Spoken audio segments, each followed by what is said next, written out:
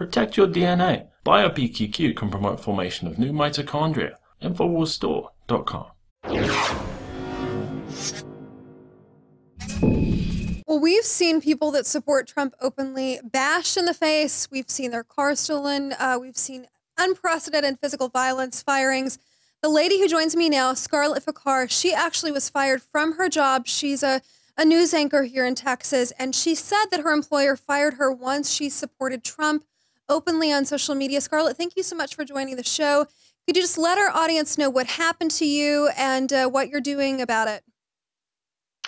Yeah, well, thanks for having me, guys. So about a week ago, the day after the election, I posted something personal to my private Facebook page regarding the election, saying that I was happy that Donald Trump had won. And this was, again, to my private page. Not 24 hours later, I saw that same post splattered across a couple different news sites, the Houston Chronicle being one of them.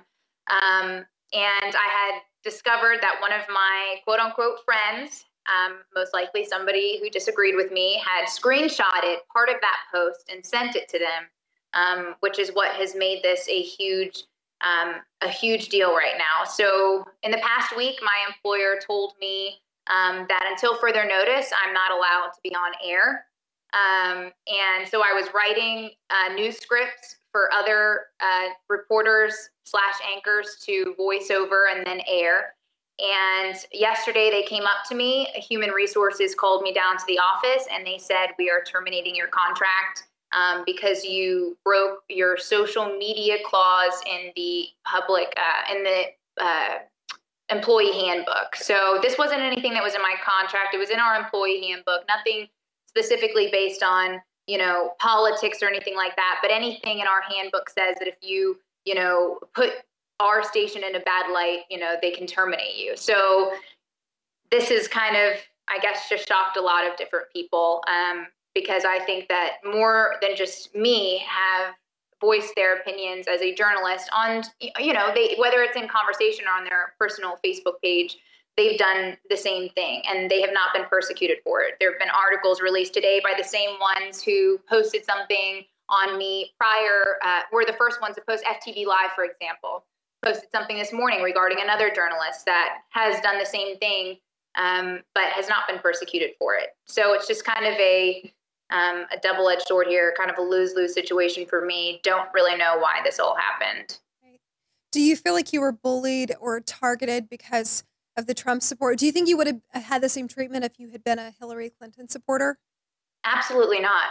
Absolutely not. I would say, I've worked at 3 different local news stations in my career, and I can say that the majority of those that I work with, my coworkers, are liberal.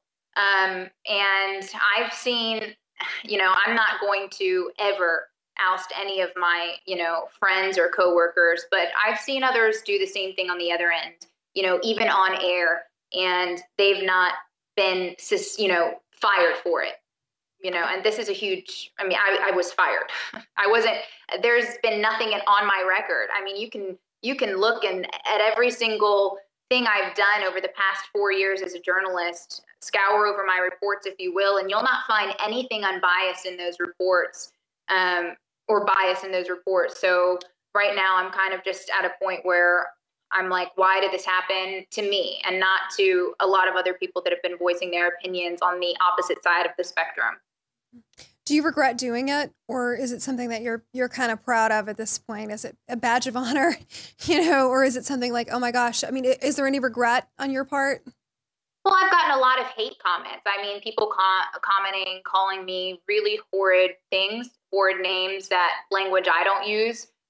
So in that matter, it's brought me down a little bit, but at the same token, I express my views as a individual. I didn't express them as a journalist, and I never have.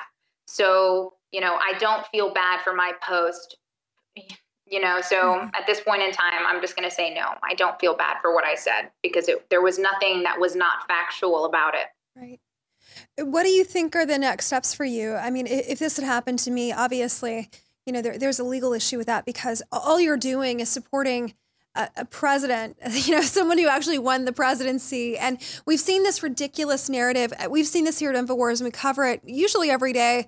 The mainstream media narrative where anybody who supports Trump, they're racist, they're homophobic, they're xenophobic, they're bigots, they're all of these things. And you would say that doesn't describe you at all. If you could just talk about, who you are as a person and not wanting to be labeled as that, because that essentially is the tagline that mainstream media has tried to pin on anybody supporting Trump openly. And they also encourage people to viciously attack and to go after Trump supporters. Has that been kind of what you're experiencing? Do you feel like you were painted in that box? Absolutely. I definitely feel like there have been people who've commented saying that I'm racist for my comments. Again, there have been reports that have said that I've chastised African Americans. And once I reposted that to my own Facebook page saying that, look, this is what I said, this is what the media is saying, they retracted their statements and rewrote it in these same articles. So they know that you have to understand that there is a media bias, and they're trying to paint a picture of those of us that didn't support Barack Obama, didn't vote for him, as racist, when that's so far from the truth. As I said in my post, I'm a multiracial person myself. My father was born and raised in Iran. I've never in my life experienced anything, to where I've been accused of being racist, because everyone knows me. They know who I am. So absolutely. I feel like I've been, wrongly put in the media as somebody who has racist feelings towards people, and I don't. So absolutely, I just think it's ridiculous, everything that everyone is accusing those that have supported Trump of being. What do you want to say to other people that have been bullied like this? Do you have a message for them at all, or is it just about kind of self-preservation at this point, and where do you go from here? Well, I guess I could just say, you have to stand up for what you believe in. Right now in the country, there are bullies, exactly like you said. We're being bullied into thinking that what we personally feel, how we've lived our lives, is wrong, when, in fact, there are facts to support the things that we're saying, not in a mean manner. We're not screaming at anybody. We're just expressing our opinions. And look at me. I've been bullied. I've been pushed down for the things that I've said. That is right there up on my Facebook page. And I'm not ashamed to show it, because I want everyone to see that what I said wasn't in any way anything other than just my opinion on, the election. So I just say, I guess, to those people, just stand up for what you believe in. If you don't want to be persecuted like I am, maybe don't say anything at all. But if you're not afraid to stand up for the things that you believe in on your personal basis, then, there's no shame in hiding it. Right. Well, Scarlett, it is absolutely a badge of honor for me to get to talk to you, frankly, today. Like many of us that are Trump supporters, I myself am one, publicly, you take a risk. And we've taken a risk the past few months, even speaking out on social media for that matter. And it's frankly a badge of honor to be able to be persecuted when you just for expressing your opinions and beliefs. Are you may I ask you, and you don't have to answer this if you're not comfortable, but are you contemplating any sort of legal action at this time? Like that, I feel like, what's happened to you is possibly actionable, I would think. Yeah, I'd rather not talk about that at this point in time. I mean, I love my career. I love my job, and I think I'm very good at it. And I think there's a place somewhere for me. I don't know where that is yet, but at this point in time, I can at least say that legal action is not at the top of my list. Right. It's probably about healing at this point. Well, thank you so much. It's been a pleasure to talk to you. This interview is going to be up in the Nightly News tonight. It's also going to be up on YouTube later. Be sure. Scarlett, do you have a Twitter handle you'd like to throw to? Yeah, Scarlett on TV. All right. Got it. All right. Well, thank you so much for joining us. For more reports like this, be sure to check out our website, Infowars.com. I'm Margaret Howell reporting for Infowars.com.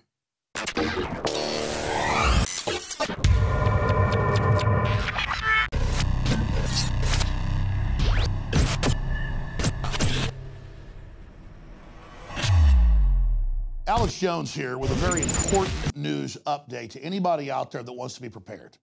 But it goes beyond being prepared. Our bodies absolutely must have the good halogen, iodine, or we will die.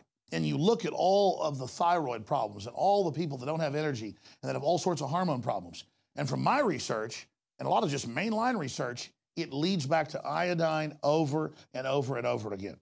It's as important as vitamin C. If you don't get iodine, you die. But most people are just deficient, so they're low energy, they're sick.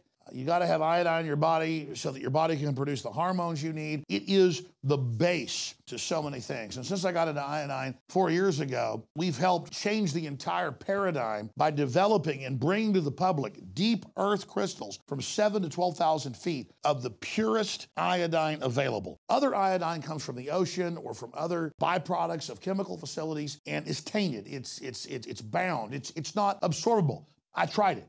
And I had incredible effects even with dirty iodine because the body needs it. When you don't have iodine, it absorbs the chlorine, the fluoride, and all these other bad halogens. It's such a game changer if you'll just research iodine for yourself. It's a fact that the federal government in the Midwest back in the 20s mandated a grungier form of iodine to the salt because people had low IQs, they had huge goiters, major problems directly connected to it. There are some studies that show a 15-point increase. Others show even higher. But it really is crazy to realize that this is something that is so deficient in our food chain, so deficient in our played out fields where different crops are being grown, but the federal government isn't educating people and telling them about it. That's why for a limited time, I want to encourage everyone to go to InfoWarsLife.com and get 20% off on the best nascent iodine out there from our research, truly pure Survival Shield X2. Again, that's Survival Shield Nascent Iodine X2. Thank you for joining us in this brief news update.